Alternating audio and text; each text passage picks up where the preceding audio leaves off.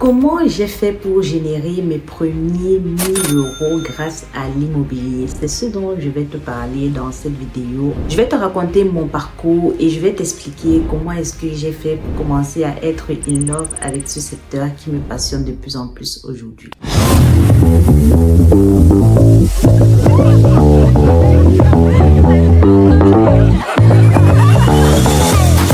Hello la team, j'espère que vous allez bien. Bienvenue dans cette nouvelle vidéo. Je suis Eugénie. J'ai investi dans l'immobilier et sur cette chaîne, je te raconte mon parcours, mes déboires, mes succès et mes échecs depuis que j'ai commencé à investir dans l'immobilier. Si l'investissement immobilier, c'est quelque chose qui t'intéresse, je t'invite à t'abonner et activer la cloche de notification pour ne manquer aucune de mes vidéos. En ce moment, je publie 2 vidéos par semaine pour t'aider à te développer. Dans cette vidéo, je vais donc te raconter exactement et étape par étape comment j'ai fait pour me lancer dans l'immobilier, ce par quoi je suis passée, quelles sont les difficultés que j'ai eues et j'espère que ça pourra t'aider toi aussi à t'inspirer pour te lancer également si tu ne l'as pas encore fait. Il faut savoir que mon parcours dans l'immobilier démarre par ma résidence principale.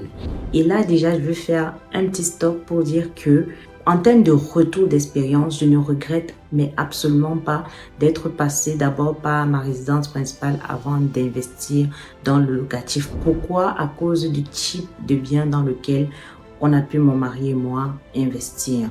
Je mets une nuance sur le fait que investir dans une résidence principale est une mauvaise idée ou alors investir dans le neuf est une mauvaise idée. Pourquoi? Je vais un peu démystifier tout ça aujourd'hui parce qu'il y a trop de débats sur la toile. Premièrement, parlant de la résidence principale, moi je voulais habiter un certain type de lieu, un certain type de quartier, côtoyer un certain type de personnes et faire en sorte que mes enfants également côtoient un certain type d'environnement. Et on va dire qu'on avait les moyens pour le faire. Et donc, on a choisi un quartier assez agréable et on a eu la grâce de tomber également sur un projet immobilier qui était assez intéressant. Ce qui fait que s'il fallait que j'aille louer pour m'offrir ce type d'environnement, ça devait coûter beaucoup trop cher. En revanche, ce dont on était sûr, c'est que investir dans cette résidence principale-là ne devait pas nous empêcher de pouvoir faire d'autres projets à côté, par exemple investir dans un autre projet locatif. Alors, à ce moment-là, on investit dans la résidence principale et où je dis que je ne regrette pas, c'est parce que ce projet immobilier qui, malgré qu'il était neuf, est un projet qui aujourd'hui a pris énormément de valeur. Donc, j'apporte une nuance sur le fait que lorsqu'on investit dans le neuf, on perd de l'argent et tout. Non, ce n'est pas toujours le cas.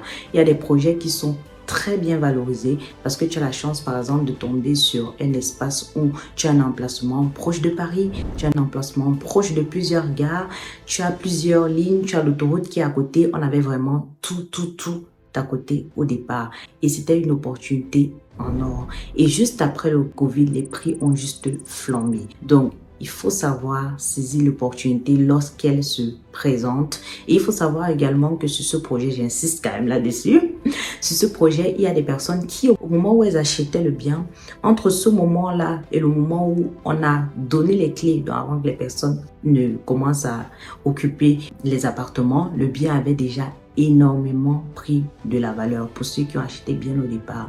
Donc, il y a des opportunités souvent à se faire, même dans les promotions immobilières. N'écoutez pas toujours des discours qui condamnent ou des discours qui sont contre et tout. Non, concentrez-vous sur les objectifs que vous avez et si vous savez déterminer les bonnes affaires et si vous tombez sur les bonnes affaires, si vous avez la grâce d'avoir ce type d'opportunité-là, il faut les saisir parce que ça reste du patrimoine que vous êtes en train de construire. Et une fois de plus, sur cette chaîne, je m'adresse aux personnes qui veulent investir sur le long terme et construire quelque chose de durable. Il ne faut négliger aucune opportunité. Analysez, faites-vous votre avis et avancez. Et donc, j'ai commencé par la résidence principale. Mais aujourd'hui, ce que moi je recommande, c'est si vous avez par exemple 2 000 €, si vous pouvez prendre un loyer de 1 000 €, investir d'abord les 1 000 €, faire que ça se développe et après accéder à votre résidence principale. Ce n'est pas un mauvais choix, c'est un choix stratégique d'enrichissement. C'est très bien. Mais choisis ce qui est adapté toi à ta vie et ce qui te plaît toi et ce qui te correspond toi. Pas ce qui correspond forcément à ce que le peuple, à ce que le peuple dit, ok?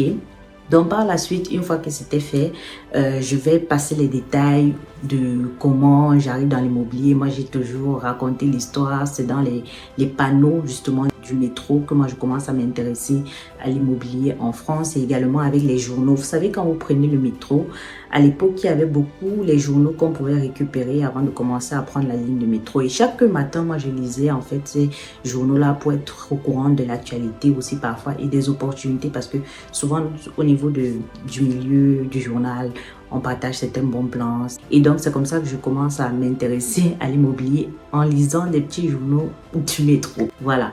Et donc, c'est comme ça qu'on investit dans la résidence principale. Et ensuite, on commence à voir que, on a la chance en France. J'en parlais dans une vidéo la dernière fois justement où je parlais de faut-il investir dans l'immobilier en France ou alors investir d'abord au pays. J'expliquais qu'une chose qui va réellement faire la différence, c'est le fait de pouvoir emprunter de l'argent à la banque lorsqu'on investit en France. Et ça, c'est une opportunité à ne pas négliger. D'ailleurs, si tu n'as pas encore regardé cette vidéo, je vais te mettre le lien. N'oublie pas d'aller la regarder. Et donc, je me suis rendu compte que tu peux utiliser le fait de levier de la banque et lever encore de la dette pour pouvoir avoir d'autres biens immobiliers. Et ça, c'est une opportunité énorme. Et toi, tu dois la saisir. Une fois que tu as un CDI, je ne comprends pas que tu ne puisses pas bénéficier de cette opportunité-là, en fait, pour pouvoir te lancer dans l'immobilier et commencer à constituer un patrimoine. Si ça se trouve, dans 20 ans, tu auras tout remboursé et à ta retraite, tu es tranquille, tes loyers commencent à tomber, quoi. Donc, ça reste une opportunité intéressante que tu dois saisir lorsque tu es en CDI. Et une autre chose qui est intéressante, et je ne veux pas qu'on néglige ça, c'est que lorsque tu investis dans l'immobilier, c'est aussi de l'épargne forcée quelque part parce que tu te forces à rembourser le crédit. Donc, c'est un argent que potentiellement tu aurais pu dépenser. Donc, investis, investis, investis. Et donc, non seulement je me rends compte qu'on peut lever de la dette pour avoir d'autres biens immobiliers, mais en plus du fait de lever de la dette, et ça c'est ce qui a tué le game, tu peux te faire de l'argent. Parce que tu peux arriver à avoir des configurations, et c'est là que j'avais découvert la colocation. Tu peux arriver à avoir des configurations où, en créant plusieurs espaces, tu arrives à dégager du cash flow. C'est-à-dire qu'une fois que tu as ton crédit, que tu as payé tes charges, une fois que tu as payé toutes tes charges avec les remboursements justement à la banque et tout, tu arrives à dégager, entre guillemets, du bénéfice sur ce que tu investis. Et ça, c'est une opportunité énorme. Et tu dois en bénéficier. Si aujourd'hui, tu n'investis pas encore, je t'encourage réellement à investir dans l'immobilier et à faire de l'argent avec l'immobilier. Surtout si tu veux faire de l'argent sur le long terme. Si tu n'as pas beaucoup de temps, si tu veux investir par exemple niveau patrimonial et tout, tu as aujourd'hui la possibilité d'avoir même ces biens-là, les mettre en location saisonnière en sous-traitant même à une conciergerie. Même si ça ne te donne pas un cash flow de ouf, au moins, tu es déjà en train de construire de la richesse sans avoir à rajouter de l'argent. Tu as juste investi de l'argent, tu as eu un bien immobilier, tu le sous-traites, toi, c'est complètement passif pour toi. Par exemple, moi, le bien en résidence principale dont je t'ai parlé au début de la vidéo, c'est plus moi qui le gère ce bien-là. On n'y habite plus. Et donc, ce bien-là est sous-traité à une conciergerie qui s'en occupe de façon formidable. Donc, moi, je n'ai qu'à encaisser les loyers à la fin, tu vois. Donc, toi, tu peux faire ça, même si tu démarres, même si ton cash flow n'est pas ouf au départ, le temps que tu apprennes, au moins, tu commences à te constituer un patrimoine et à gagner de l'argent. Ton argent, il dort pas, ton argent, il travaille, ton argent, il se valorise. Et donc, c'est comme ça que, de fil en aiguille, on est tombé sur de biens qui sont grands en termes d'espace parce que nous, on cible particulièrement les biens qui sont spacieux, qu'on peut diviser, en faire plusieurs chambres. Le premier dans lequel on avait investi, c'était en Île-de-France, dans la zone de Noisy-le-Grand. Je ne sais pas s'il y en a dans la vidéo qui vont reconnaître la zone. Et c'est une zone extrêmement bien placée. Pourquoi? Parce que tu as le RER A qui délivre notamment la ligne de la Défense où il y a des travailleurs, tu as des universités qui ne sont pas loin, tu es proche de Paris. Bref, c'est un emplacement stratégique énorme. Et en plus de ça, tu peux attirer plusieurs types de profils, des jeunes actifs, des étudiants. Et c'est comme ça qu'on commence à mettre justement l'annonce en ligne. Une fois qu'on est devenu propriétaire et tout, on se rend compte que waouh, ça génère de l'argent. ça génère de l'argent. Il y a quelque chose qui marche là-dedans. Et donc, ce que tu as fait après, c'est répéter l'opération. Mais pour que ça marche et pour que tu puisses réellement dire que tu fais des revenus avec l'immobilier, tu choisis bien l'emplacement, un emplacement stratégique. Tu arrives à choisir quelque chose que tu peux moduler, soit de grands espaces que tu vas faire en colocation, soit un bel appartement que tu peux bien valoriser, qui a de la valeur, qui est bien situé, que tu peux mettre en Airbnb pour attirer un maximum de visiteurs. Et c'est comme ça que tu peux, comme moi, te lancer également dans l'immobilier et commencer à faire tes premiers pas. Et ces premiers pas-là, j'ai eu à me documenter à travers un livre. Investissement, l'immobilier locatif intelligent, quelque chose comme ça. J'ai déjà partagé ce livre-là sur la chaîne. Je suis partie de ce livre-là. J'ai commencé à méditer dessus, à me documenter, à creuser. Et c'est comme ça qu'au fur et à mesure, l'investissement immobilier a pris de la place. Et vu que ça commençait à générer de l'argent, c'est quelque chose qui marchait vraiment. De plus en plus, c'est devenu intéressant. Et donc, moi aussi, je t'encourage aujourd'hui à te lancer dans l'investissement immobilier. C'est un investissement qui est intéressant.